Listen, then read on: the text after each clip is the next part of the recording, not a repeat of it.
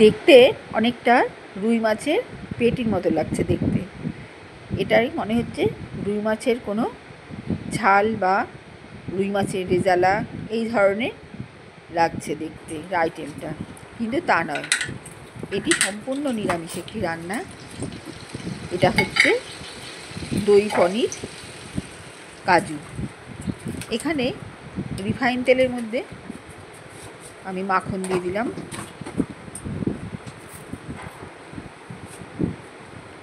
এইদিকে লম্বা লম্বা করে পনির কেটেছি, একটু অন্যরকম শেপের কেটেছি। নিচ্ছি কমলা লেবুর রস,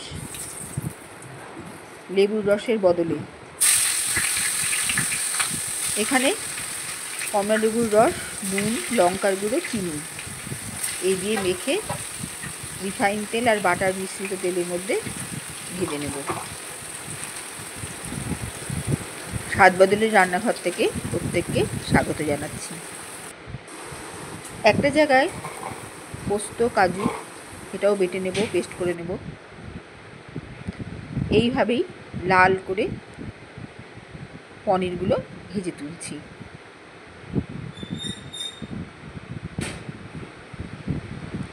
দিয়ে দিলাম কিউব করে কাটা ক্যাপসিকাম। ক্যাপসিকামটা ভাজা হলে খুব সুন্দর একটা সুঘ্রাণ বেরোবে। আর দিচ্ছি মেথি ফোড়নের জন্য। ক্যাপসিকাম মেথি দুটোই তেলে পুড়ে গেলে আমি এর মধ্যে আর একটু ফোড়ন দেবো, সেটা জিরে, আদা, লঙ্কা, খুব সামান্য পরিমাণে। এটাও ফোড়নের কাজ করবে। মেথির সঙ্গে ফোড়নটা মিশ্রিত হয়ে একটা অন্যরকম সুঘ্রাণ ছড়াবে।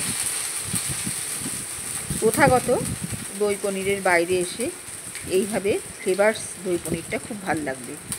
এখানে দই দিলাম, দইটা ভাজা হবে। এই ফোড়নযুক্ত তেলের মধ্যে, মাখনের মধ্যে দইটাকে আমি না ফেটিয়ে ভেজে নেব এই মশলাগুলোর সাথে।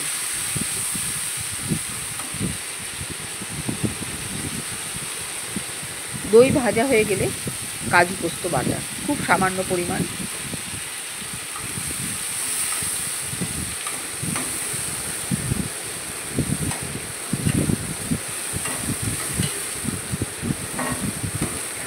এইভাবেই কষিয়ে নিলাম। তেল ছাড়তে শুরু করেছে। লবণ,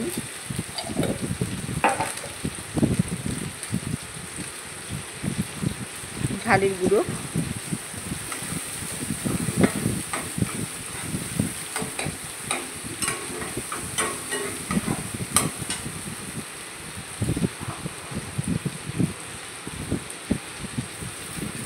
চিনি,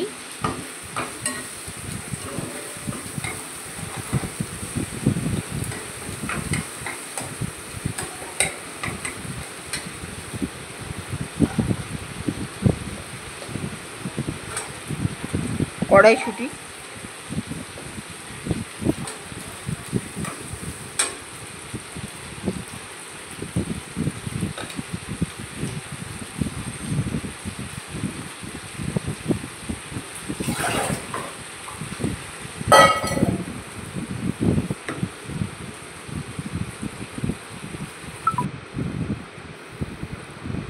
এখানে ক্যাপসিকাম আর মশলার বাটি ধোয়া, অর্থাৎ কাজু পোস্ত বাটা যেই বাটিতে রেখেছিলাম সেই বাটি ধোয়া জল,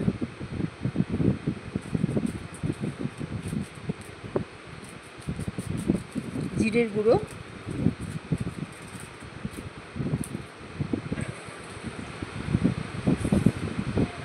পনির,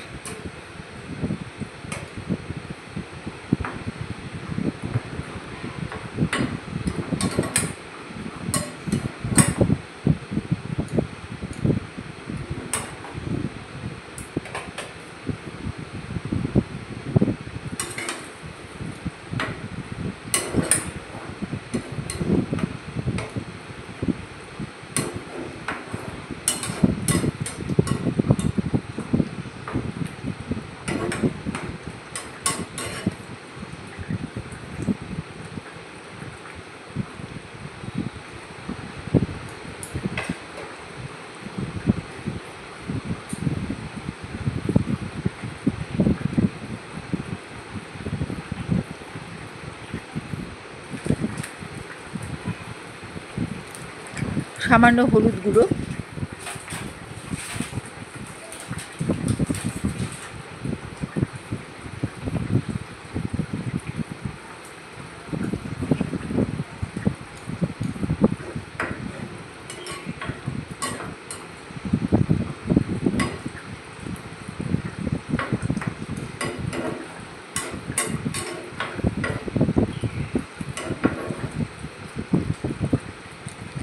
এইভাবেই তেল ঝোলের সঙ্গে পনিরটা ভালো করে রান্না হবে।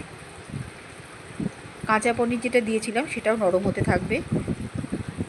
ভাজা পনির গ্রেভির সঙ্গে মিশে সুঘ্রাণ ছড়াবে। সামান্য কসুরি মেথি,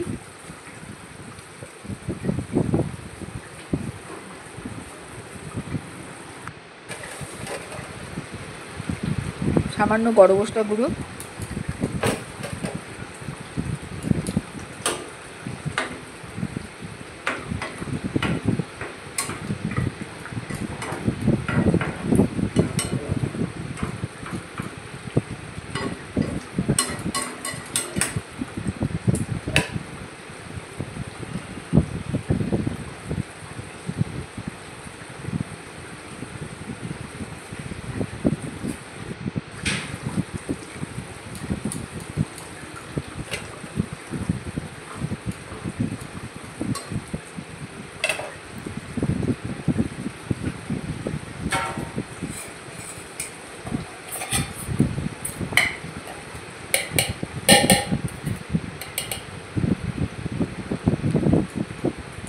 গুঁড়ো দুধ,